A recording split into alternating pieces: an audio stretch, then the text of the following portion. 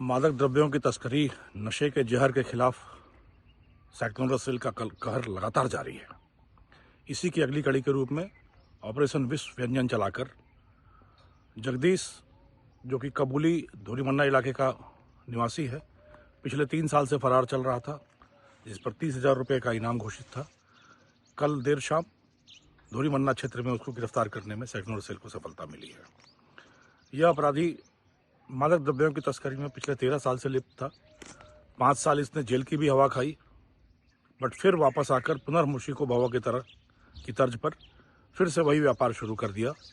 पहले अफीम और भटूरा चूरा के धंधे पे रहा और फिर एमडी के तस्करी में लग गया। कहते हैं अपराध का दलदल इतना गहरा होता है, यदि आदमी में इच्छा शक्ति नहीं हो तो उससे बचकर निकलना मुश्किल होता है। और यही इस अपराधी के साथ भी हुआ। जीवन में इसने 3 बार तौबा किया। पहली बार जब वो 2012 में तस्करी के मामले में नामजद हुआ, तब उसने यह धंधा छोड़ने की सोची। दूसरी बार जब 5 साल की सजा काटकर जेल से छूटा, तब उसने सोचा कि यह धंधा छोड़ना है। और तीसरी बार जब उसका स्वयं का एक सहयोगी, उसका अपना भांजा, ड्रग्स का सेवन करके मृत्यु को प्राप्त हुआ, तब उसने तीसरी बार भी यह सोचा कि अब इस धंधे में पैर नहीं रखूंगा।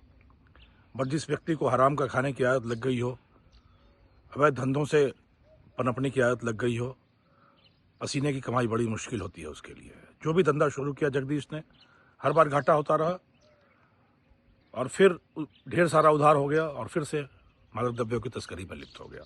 3 बार के बाद चौथी बार भी लिप्त हुआ। इसके पकड़े जाने की कहानी बड़ी रोचक है। जब से सैक्टोनर सेल का कहर इस तरह के जहर के सौदागरों पर शुरू हुआ है, जगदीश ने इलाका छोड़ दिया और आंध्र प्रदेश और तमिलनाडु के क्षेत्रों में जाकर स्टील की रेलिंग के काम में लगने का प्रयास किया। पिछले काफ़ी समय से यह उधर ही रह रहा था।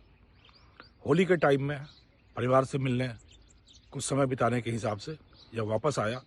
और यदि इस बार पकड़ने में 3 घंटे भी अगर लेट हो जाती सैक्टोनर सेल, तो यह एक बार फिर से हवा हो जाता। शाम 6 बजे की बस से विजयवाड़ा जाने के लिए इसका टिकट ऑलरेडी बुक था, बट 3 घंटे पहले ही इसके गिरेबान पर हाथ डालने में सैक्टोनर को सफलता मिल गई।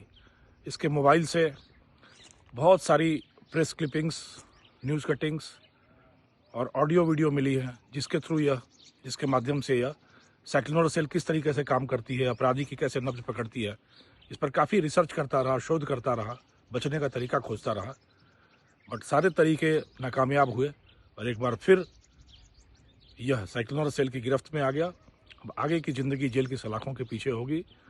बार बार प्रायश्चित कर रहा है यह व्यक्ति कि मैंने गलत धंधा किया, और नई पीढ़ी के लिए बार बार यह संदेश दे रहा है कि मेरे रास्ते पर कोई मत चलना, क्योंकि यह रास्ता हमेशा विनाश की ओर ले जाता है। यह रास्ता न सिर्फ स्वयं को बल्कि पूरे परिवार को विनाश की ओर ले जाता है। पर अब शायद इसका प्रायश्चित जेल की सलाखों के पीछे पूरा होगा।